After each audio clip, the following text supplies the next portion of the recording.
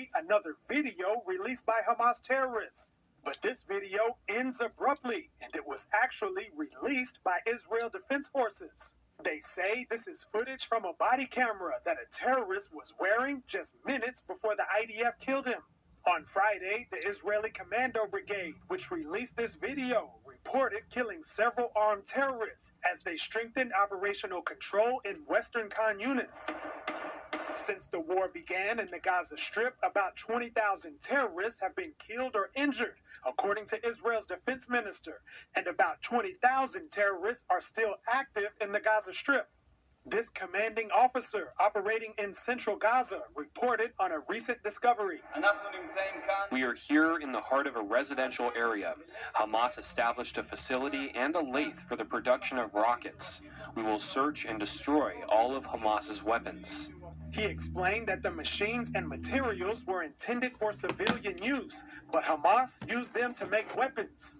Also on Friday, Israeli residents attempted to block humanitarian aid from getting into the Gaza Strip. We can't just carry on feeding the Hamas and getting nothing. So getting hostages, I just want to underline this 100%. And in the Gaza Strip, this man fetches water for his family and relatives every day. His dad explained the situation. They only pump it for an hour, and everyone goes and stands in line and waits 1-2 hours to be able to get a gallon of water. It's salt water, so of course not good for cooking or anything, but we have no choice. That is what's available. An Israeli government spokesperson on Friday said Israel wants to see humanitarian aid reach the civilians in Gaza who need it, while making sure that Hamas cannot steal it. Jason Perry, NTD News. A quick vote is coming on a bill to grant billions. Live from our NTD Global Headquarters in New York City, here is Tiffany Meyer. Good evening, and thank you for joining us tonight. The U.S. is striking back at targets in Iraq and Syria, aiming for those responsible for the deaths of 3 American soldiers. NTD's White House correspondent Iris Tao is joining us live. Good evening, Iris. Tell us about these latest strikes. Good evening to you, Tiff. So the U.S. Central Command has confirmed that around 4 p.m. Eastern Time this afternoon, U.S. forces carried out airstrikes against some 85 targets in both Iraq and Syria. And these targets include storage facilities for rockets and missiles, as well as intel and command centers, all used by Iran's Islamic Revolutionary Guards Corps and its affiliated militant groups. And the day strikes were in retaliation to a Sunday drone attack in Jordan that killed at least 3 American service members and injured at least 40. Meanwhile, also today, President Biden participating at a dignified transfer of the remains of the fallen U.S. troops to American soil. He met privately with the families before the ceremony, and also gauging their feelings about him attending the ceremony today. The ceremony lasted for about 15 minutes, all in silence, but spoke volumes about the sacrifices these American soldiers made. The fallen troops include Sergeant William Rivers, 46, who joined the Army Reserve in 2011, and also Specialist Kennedy Sanders, 24, who worked at a pharmacy and coached in children's soccer and basketball, as well as Specialist Brianna Muffet, who worked at a home care provider to cook and clean for people with disabilities. And here are the parents of Brianna Muffet and Kennedy Sanders remembering their children. Watch. She was always there for like everybody. Yes, she was. She loved her friends. She loved her family. Even though her time was short on earth, she lived her life to the fullest, and she enjoyed her life. President Biden called each of the families earlier this week and also asked them about him attending the ceremony today. And we know that the last time President Biden participated in a dignified transfer was back in 2021 when 13 American service members were killed in the Afghanistan withdrawal. Meanwhile, today's airstrikes mark a significant escalation in the tensions in the Middle East, but it is notable that all these target struck today were outside of Iran. Back to you. Iris, thank you for that update. Georgia District Attorney Fannie Willis admits hard and watched as the flag rape cases were brought against him. He met He privately didn't with look the at his families watch this before the time. roughly 15-minute solemn ritual, which was all in silent, but spoke volumes about the sacrifices these Americans made. And these fallen troops include Sergeant William Rivers, 46, who joined the Army Reserve in 2011. Also Specialist Kennedy Sanders, 24, who worked at a pharmacy and coached in children's soccer and basketball. Also Specialist Brianna Muffet, who worked for a home care provider to cook and clean for disabled people. And here are the parents of Brianna Muffet as well as Kennedy Sanders remembering their children. Watch.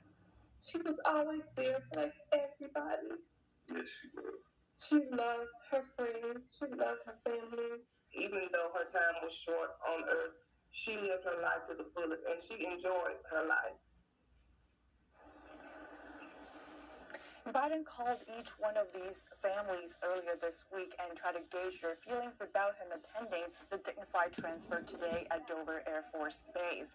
And yesterday, one day before the transfer today, Biden said this about the fallen soldiers. Watch.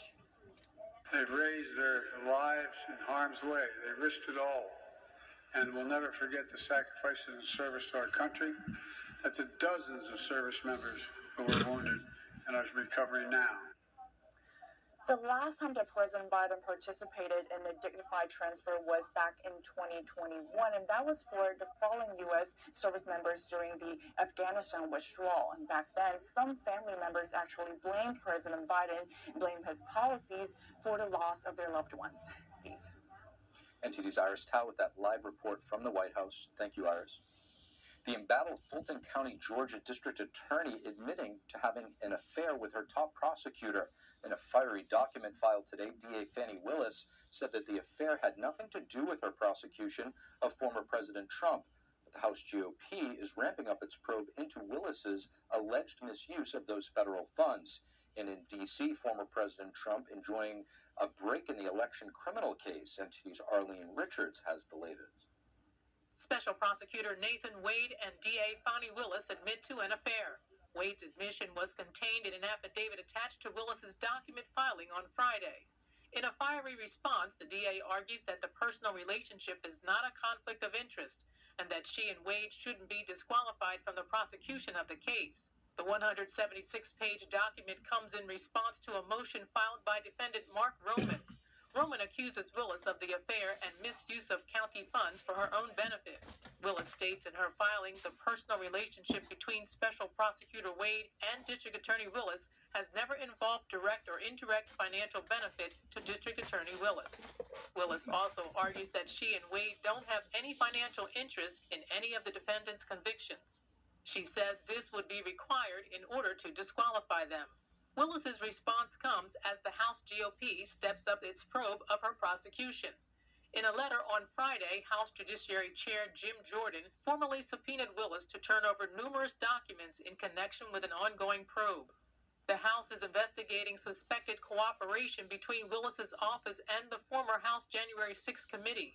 Jordan states in the letter that he's been requesting records since August, but Willis hasn't responded.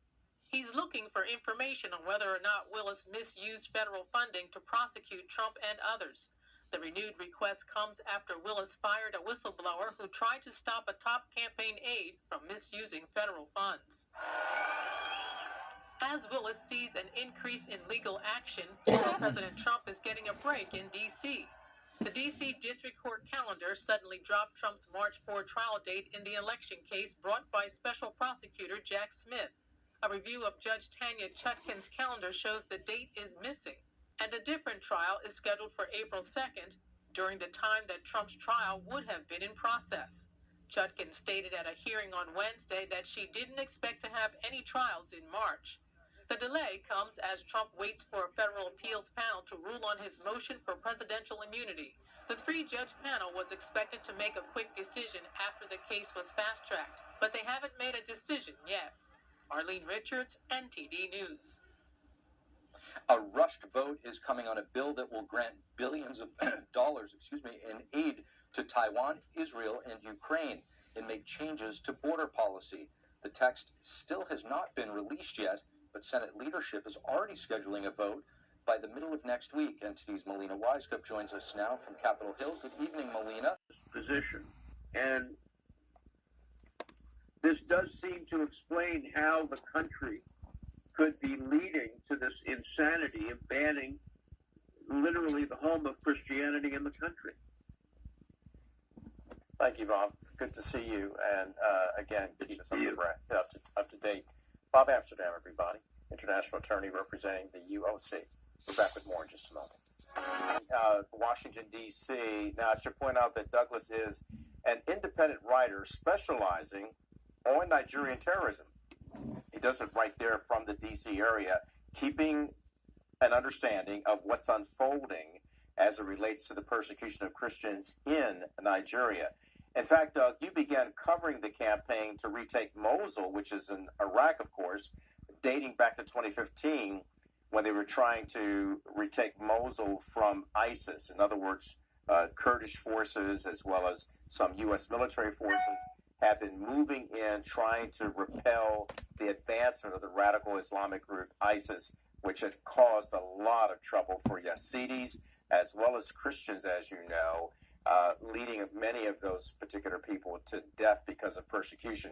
And then you switched to covering ISIS in Nigeria in 2019. So, Doug, bring us up to date on the actions of ISIS in Nigeria. How dire is it for the Christian people living in the wake of this kind of terrorism?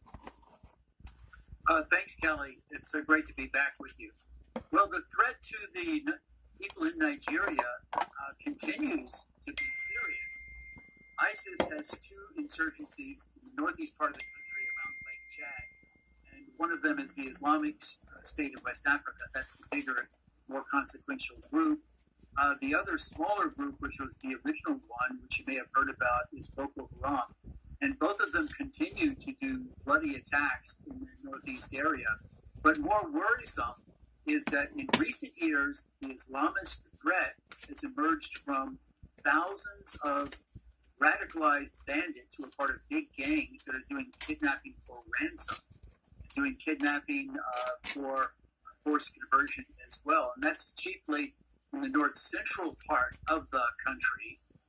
And so you've got possibly 36,000 bandits in various states in the central, and then maybe 9,000 of the ISIS people threatening the government in the northeast. So the Nigerian army has its hands full.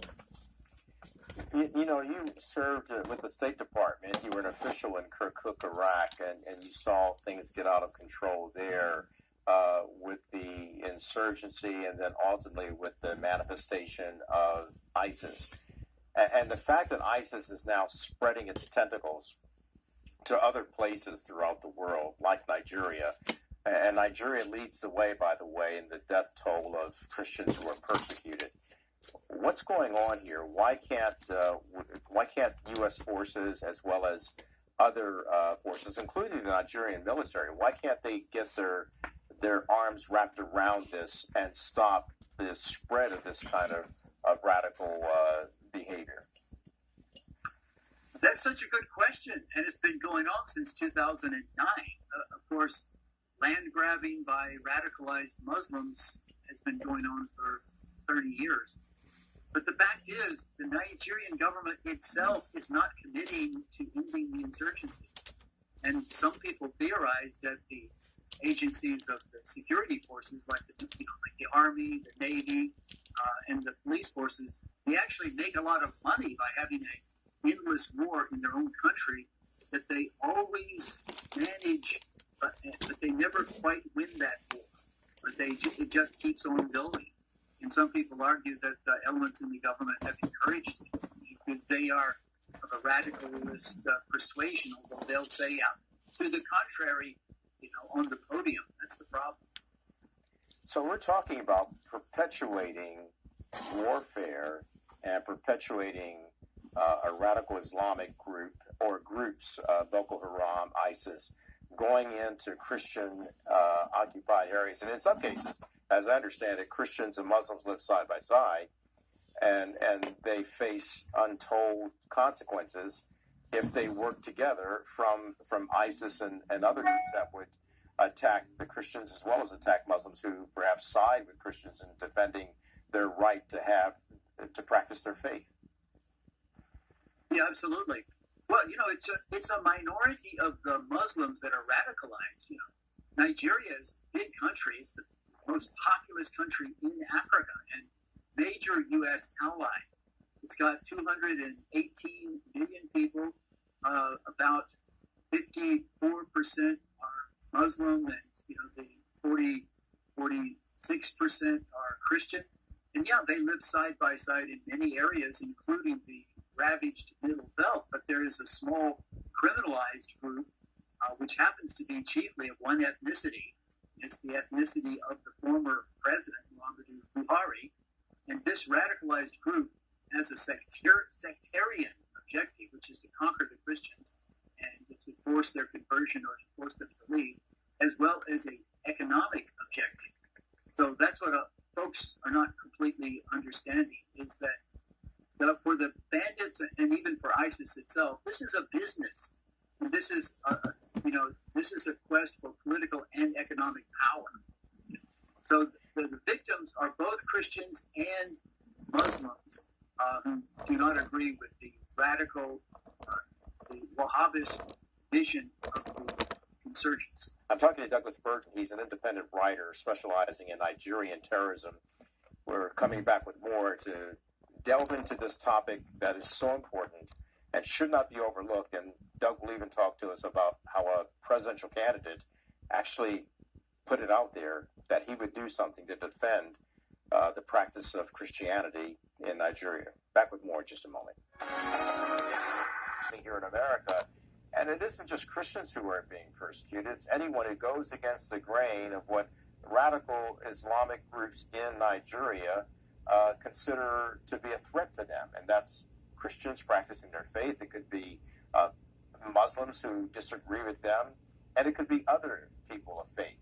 We know that there's a practice of going on in India where Christians are being persecuted. But all around the world, even in China, we've seen Christians and practitioners of Falun Dafa being persecuted.